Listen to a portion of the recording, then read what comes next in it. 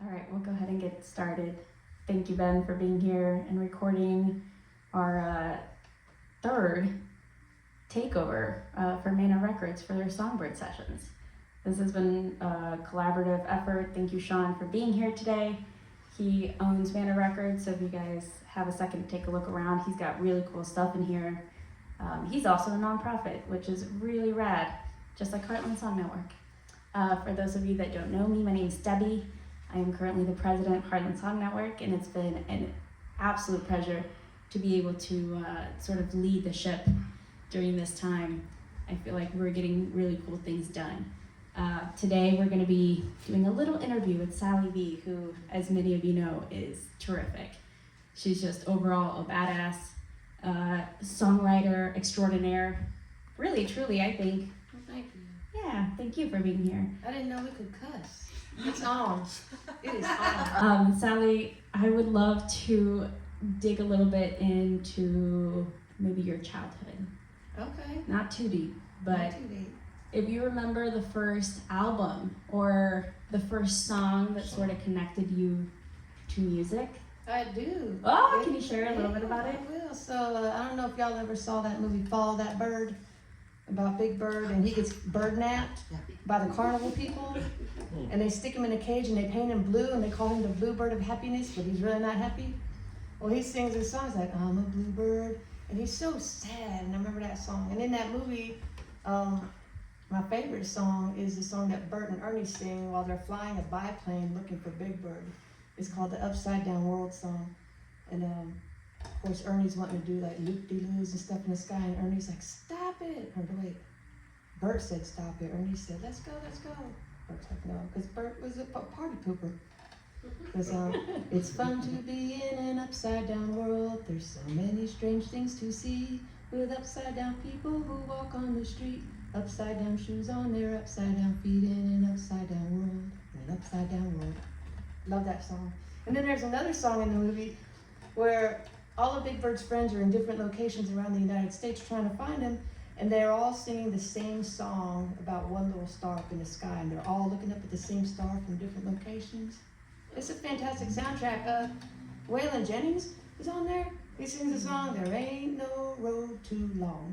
That's a good one too. This is just a great soundtrack. That is so cool. So I'm guessing you probably have heard the soundtrack now. Yes. In your adult life. Oh, I dig it up on the YouTube. Oh, that's incredible. So are you making children's songs as well? No. Okay.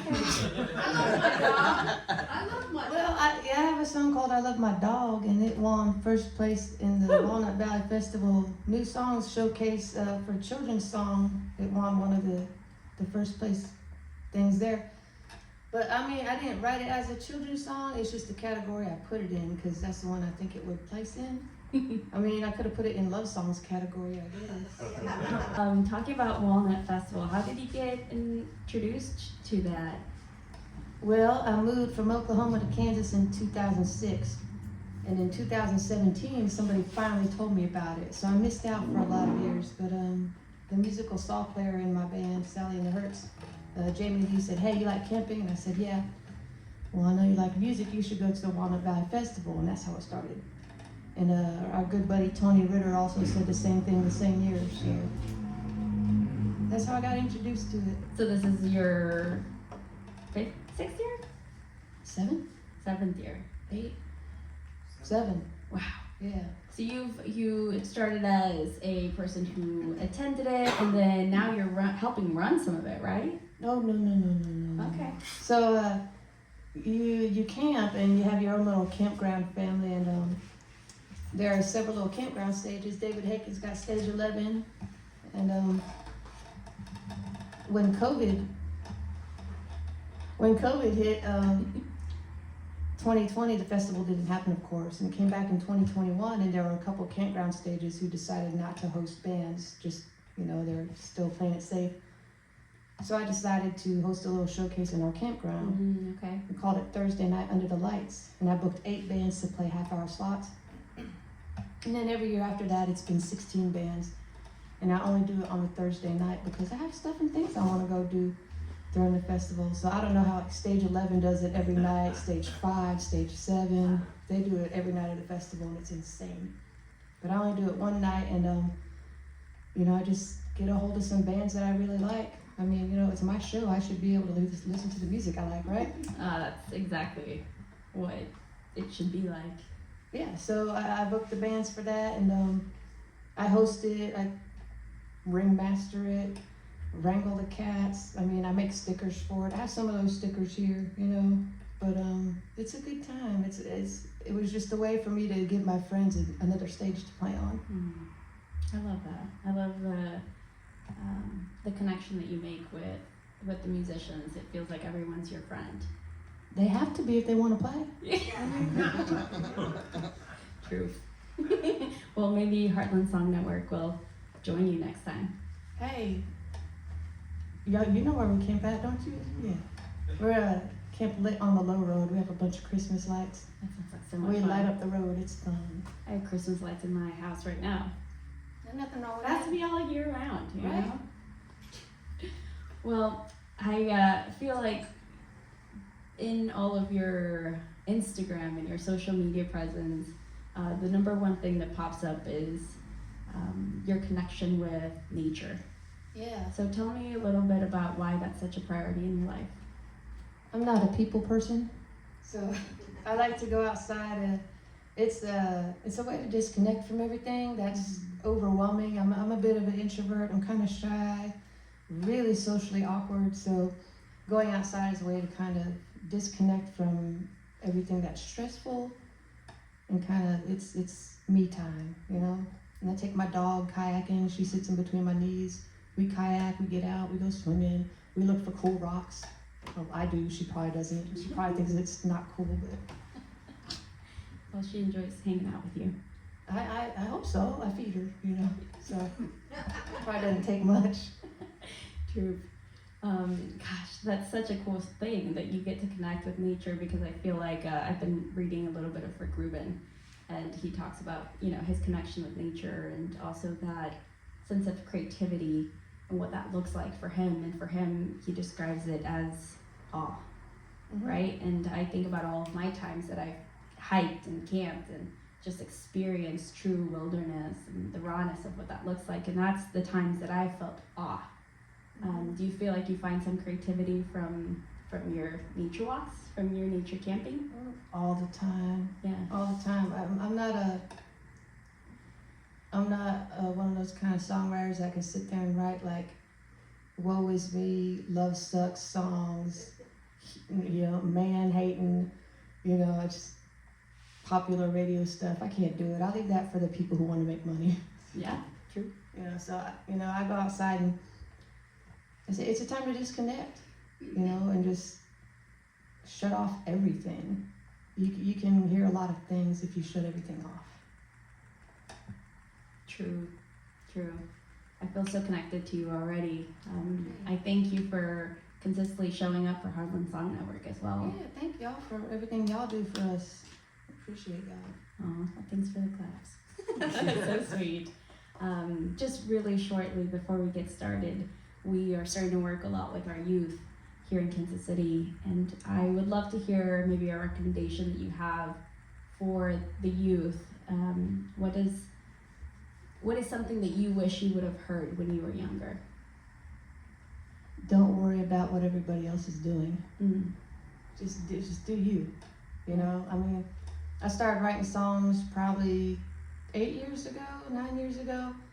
And the reason I started writing songs is because I was on the YouTube down some rabbit hole, and there was a song that had like thousands upon thousands of views and likes and comments, and it was literally a song about a butt. It was not intelligent. There was no bridge. There wasn't even really any verses. It was just a bunch of choruses, the same thing over and over and over. And all these people were liking and commenting how amazing it was. And like, surely I can do something as good as that. So don't worry about what everybody else is doing. Just do you. Yes, wise words. I feel like one of my favorite people was Daniel Johnston. And, he was young and he just wrote from his heart. And similar to what you're saying, he just wrote. He wasn't worried about the bridge, the chorus, what it even sounded like, and he still touches so many people today. So thank you for channeling that. Yeah, well, thank you, everybody. We'll get started with some music, And yeah, we'll just get to jam.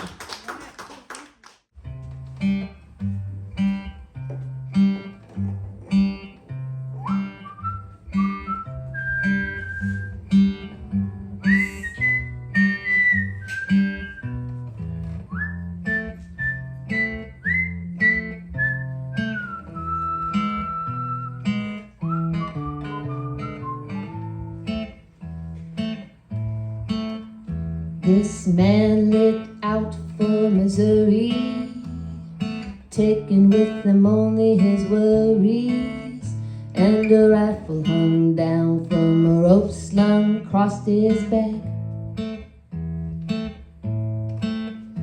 He took his time in the winter, bone shaking warm from the liquor. He walked against trees, wishing, hoping that he wouldn't be found.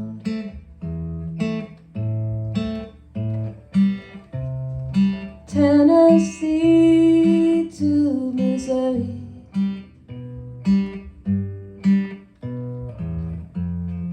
is a long way to walk when you're on the run. He took 2 lives unexpected, handshaking fast while he lit the match. Head stood there and watched while it burned clean down to the ground. Now the road gets painfully longer, and the world gets so much smaller for a man who walks slow and loud when he's being run down.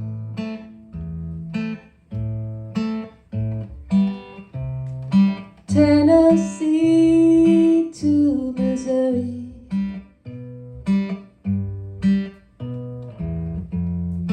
is a long way to walk when you're on the run.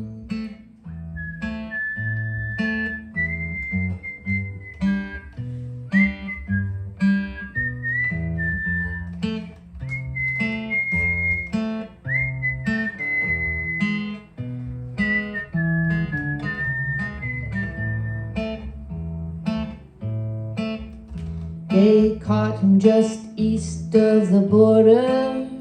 He claimed it was a manic disorder, to the shock and the horror of everyone who tracked him down. They wasted no judge and jury on this man headed for misery, standing there crying with a rope slung around his neck.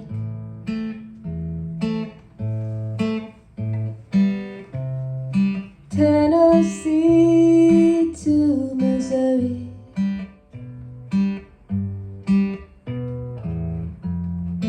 is a long way to walk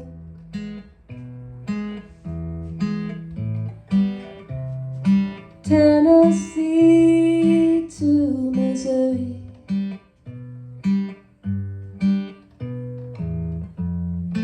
is a long way to walk when you're on the run.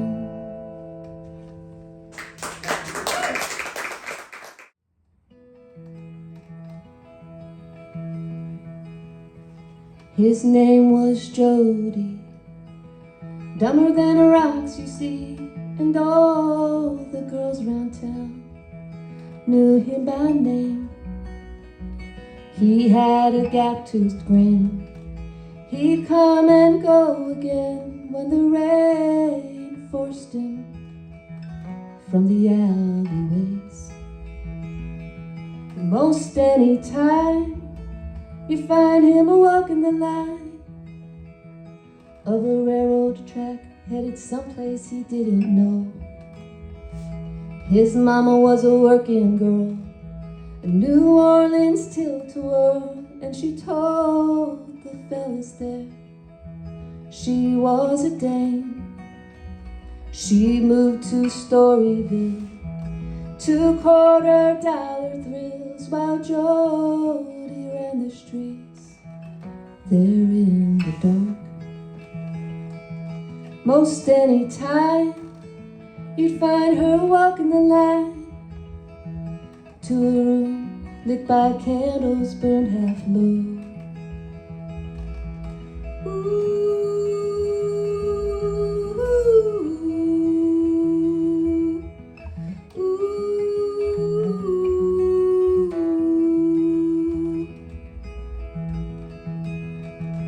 His papa was a jazz man. Hard liquor lived in his hand, and he played the saxophone till 4:30. Never knew he had a son. Back then he was the only one, and he loved Jody's mama like he loved the night. Most any time you'd find him a-walking the line of a ghost white drug to keep him satisfied. Jody set off east to sea, where north would lead, and found himself down and out in the hills of Tennessee. He worked where and when he could. Few dollars never too much good when you spend your money on bullets and booze.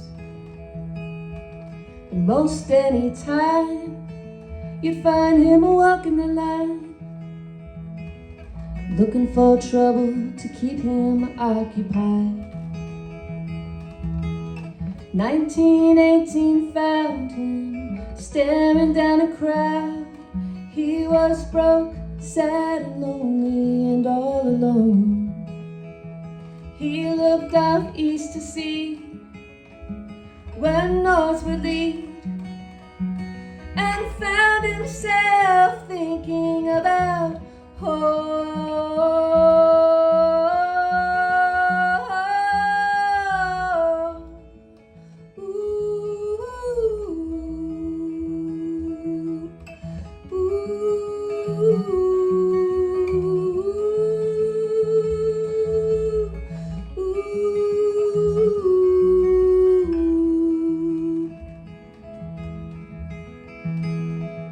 Jody heard a cracking sound. His stomach turned upside down, and all the people there spat and cursed his name. He couldn't close his eyes. He was hypnotized, and nobody gave a damn when he was dead and gone. Most any time you'd find him a-walking the line, but dealing with the devil won't get you anywhere. Then one last time you'd find him a-walking the line on the road of death, legs dangling in the air.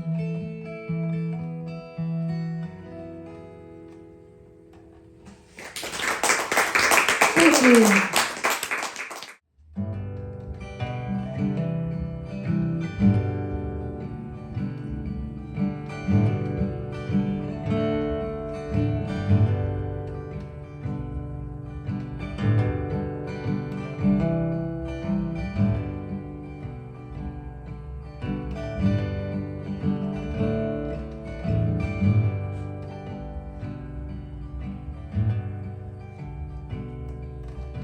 Bury the hatchet, they said.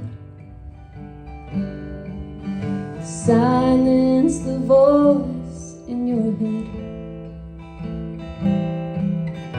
Things will never be the same as they were back then.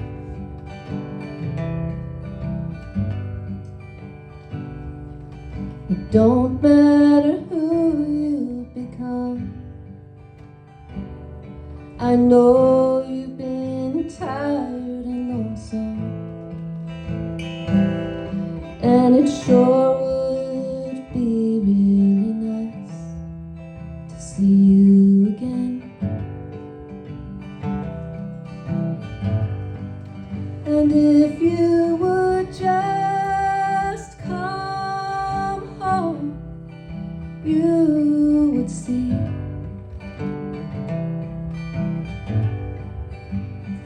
Things are much different for Ollie and me.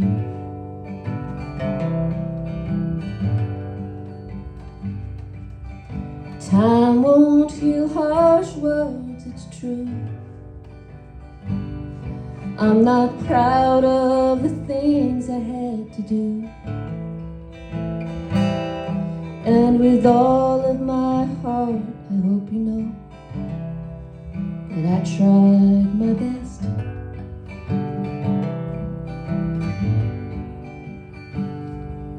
I think you'd like who I've become. This house that I live in is my own,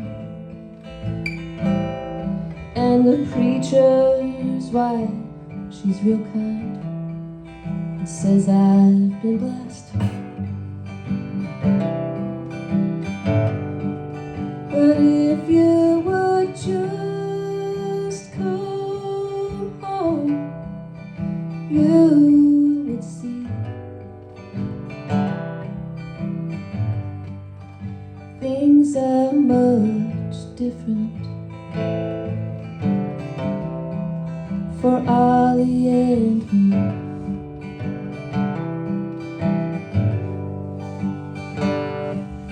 So long ago, I would lull you to sleep with a song as you laid in my arms.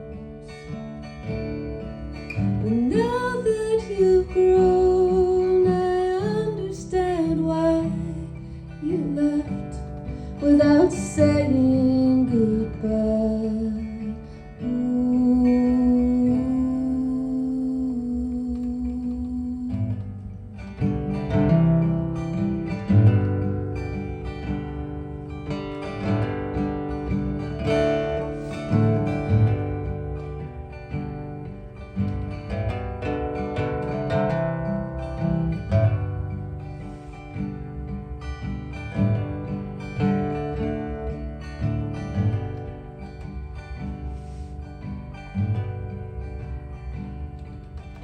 Ollie's getting real old. His eyes, once lively and gold, are clouded and closed half the day. Think he's slipping away.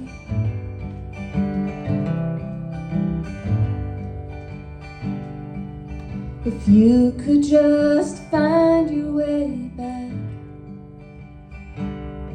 I know he'd be happy at last, with you resting right by his side. God, that would make his day.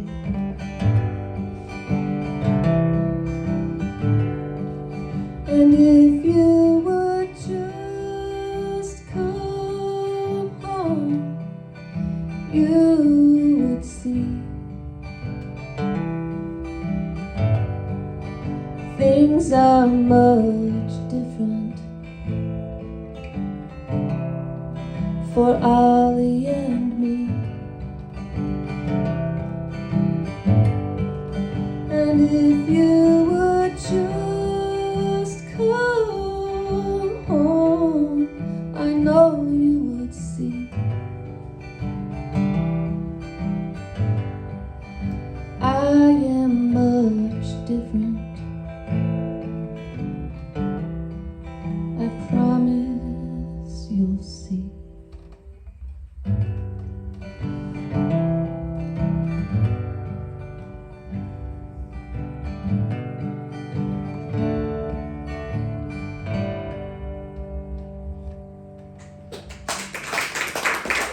Thank you.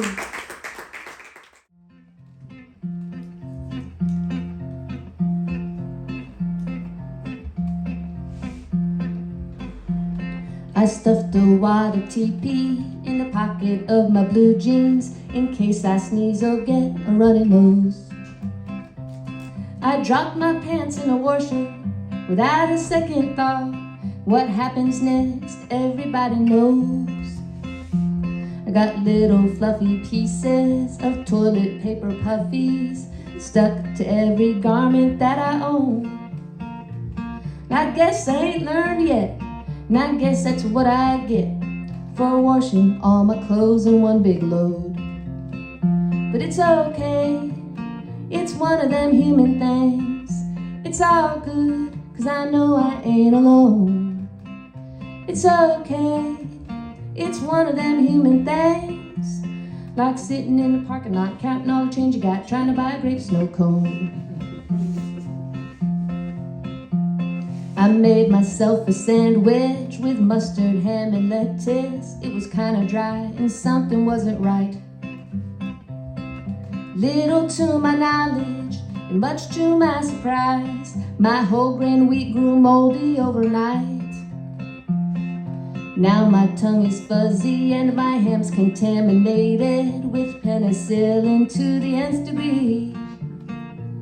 And I guess I ain't learned yet, and I guess that's what I get for buying bread half price on a Saturday. But it's okay, it's one of them human things. It's all good, 'cause I know I ain't alone.